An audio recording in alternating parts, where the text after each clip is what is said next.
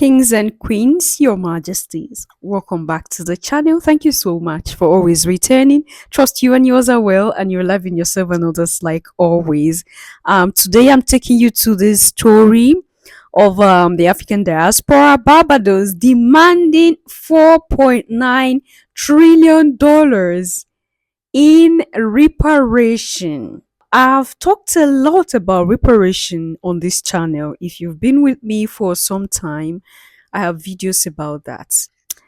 I get some people that feel like you were not the ones that were sold. It was your ancestors. Why are you demanding for reparation? I'm preparing your mind. I'm bringing the clip soon.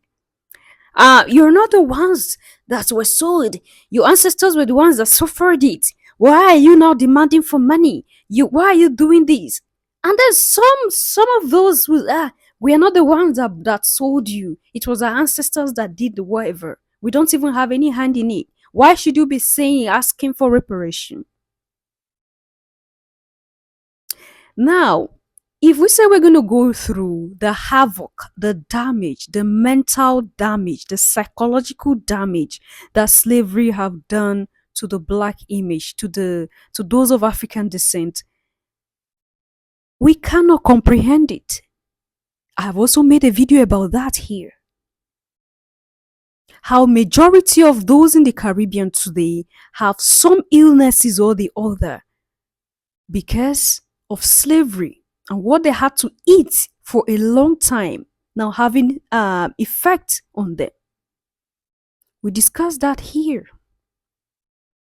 So when you look at all these things and you get to see that the condition that those of African descent are in or are forced in around the world wherever they are is not conditions that other people go through. Why should it be like that? So apart from that,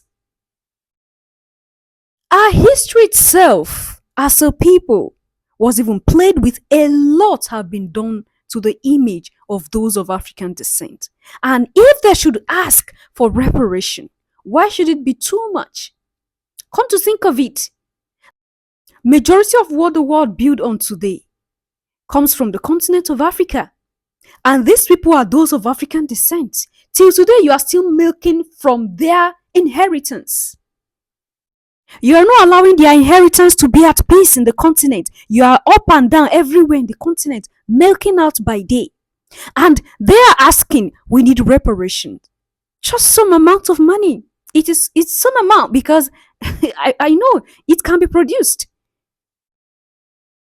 And it's becoming a problem. Oh, they're asking for too much. A lot of cities, a lot of countries are built on the backs of black people, on the backs of black slaves, on the backs of African slaves. If we're going to talk about, that's why I say, if we are to talk about the effects of slavery, we will not end today. And that's why, if they say they want $4.9 trillion as reparation, I believe the government should start working towards that and pay what is for them. Because what is for their ancestors is for them. Because our ancestors are us and we are our ancestors. What do you do when you make a mistake? You apologize, that's the first thing. But what if that mistake killed millions of people, impoverished millions more, plundered entire continents and left generations with trauma? I don't think an apology cuts it then. And that's what former colonies are saying to European countries. A sorry is not enough. You need to pay up. And leading that charge is Barbados. Their Prime Minister is in the UK right now. Her name is Mia Mottley. And I must say, she's done her homework. She did not just make an appeal for reparations. She came with an exact figure. $4.9 trillion. That's how much she wants European countries to pay Barbados, $4.9 trillion. Most of it is for slavery. Around 450,000 slaves were trafficked to Barbados. Only 375,000 made it alive, and the rest, they died at sea.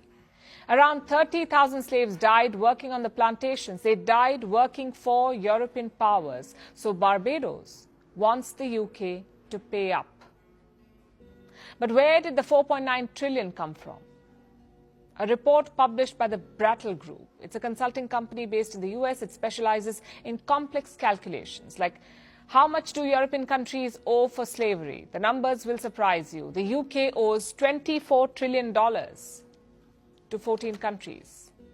Barbados is one of them, 24 trillion for the UK, Spain $17 trillion, France $9 trillion, and the Netherlands $4.8 trillion. Now these numbers may sound like a lot. 24 trillion is 8 times the UK's national GDP. 17 trillion is 12 times the Spanish GDP. So how can these claims be realistic? Well, the Barbados Prime Minister has an answer. She says, don't take them out of context. This wealth was accumulated over decades and centuries. If you think like that, the numbers are small. And we agree.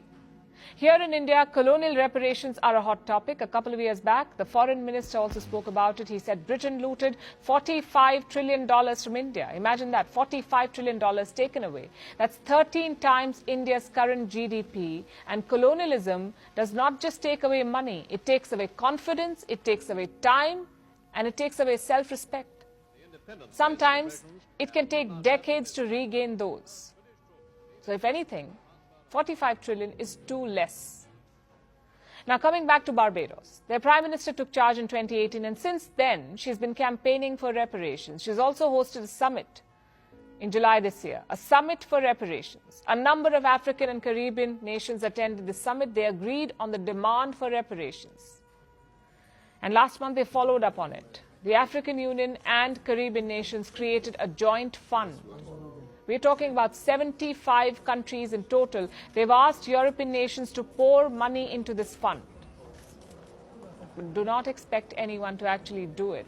Most former colonial powers use the same strategy. They will admit that colonialism was wrong. They will say it was a mistake. But they won't do the two things that really matter: apologize and pay. They don't do it. Just look at Britain. King Charles was supposed to be the progressive king. Last year, he gave a landmark speech at the Commonwealth meeting. He said, it's time to acknowledge the impact of slavery. And that speech is what spurred Barbados. Their Prime Minister thought apology and reparations would follow. And she was wrong. Charles is yet to apologize. So is his Prime Minister, Rishi Sunak. Royal Majesties, we have heard all that. If you owe someone, you have to pay up. So I want to listen to your opinion about reparations. Right? So what do you think about that? Do you think the 4.9 trillion is too much? Do you think it's okay? I want to see your comments there at the section. So most times when you even look at this money that are being paid as reparations, it cannot undo the psychological effects, the psychological damage, and other things other damages that slavery have caused the African people, those of African descent. It cannot undo. But it's just a way to say, okay, there are some things this can still work on. At least build the melanated community.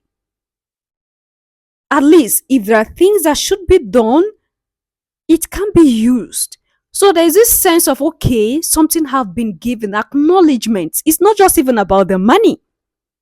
Because if they're even struggling to say, okay, we're going to give you this money, that shows that they are not even acknowledging that what they did was wrong to a people, to a group of people.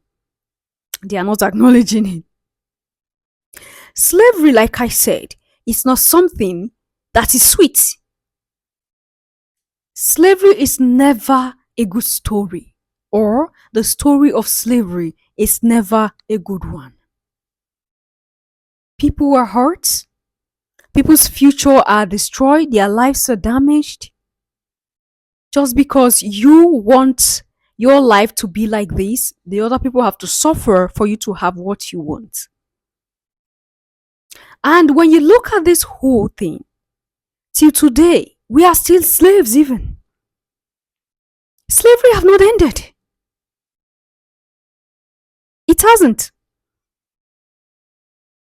We are living in the continent. For those of us who are in the continent, or those who might be in the diaspora, we are still slaves. We can't be ourselves. We can't do what we have to do as the African people. We can't freely have our resources and use it to the betterment of ourselves in the continent. We can't even live by our own way of spirituality. We are colonized people. We practice other people's religion. Most of the times, all what we do or what we have are not even something that is out of us. It's something that is being forced on us. And we live by it. Are we not still slaves? We are still slaves. When in Kenya, Ruto administration will agree that you can only dress like a white man before you enter the parliament, with your tie on your neck and the coat and the trousers and the skirt and shirt. You saw the way the man was breaking everything down that day. It's just a full picture, a very good picture, an excellent picture of how colonized and how colonized we are. And that is it. We can't dress like ourselves. We can't talk like ourselves. We can't live like ourselves. Everything is borrowed. Everything is what is forced down our throats. And we are even helping each other to enslave each other the more by some of these rules that we adhere to. And why do we adhere to these rules? Because we have leaders that are puppets. Slavery was successful because there were puppets. There were people that was used. There were people that directed the white man into where they can go and get people. So those who directed the white man to go to the places where he can go and catch people are now our leaders of today. They are still directing them to us and giving them strategy on how to tie our legs and our hands so that we will be permanent slaves to the Western world. We are still slaves because we don't even value what we produce. We don't value what we have. Anything that is not from Europe, anything that is not from America, from France, from Germany, from all the other parts of the whole collective West, anything that is not from the collective West, we don't value as important. We don't hold in high regard. Because we see ourselves as so inferior, we see ourselves as so down to earth that we feel nothing good can come out of us. Are we not colonized? Are we not still slaves? We are still slaves, Your Majesties. However we look at this, it still affects us. So if Barbados are demanding for $4.9 trillion dollars, it should be given to them. It should be given to, at least this is just a token to show that we are sorry, even if you are not sorry, just pretend. All right, to pretend that you are sorry because we know you are not even sorry for it. Just to pretend that we are sorry for what we did to you and your ancestors. So leave your comment and thought there at the section, and I'll see you in my next one. Until then, love yourself, love others, stay safe, stay positive. Always, Your Majesty.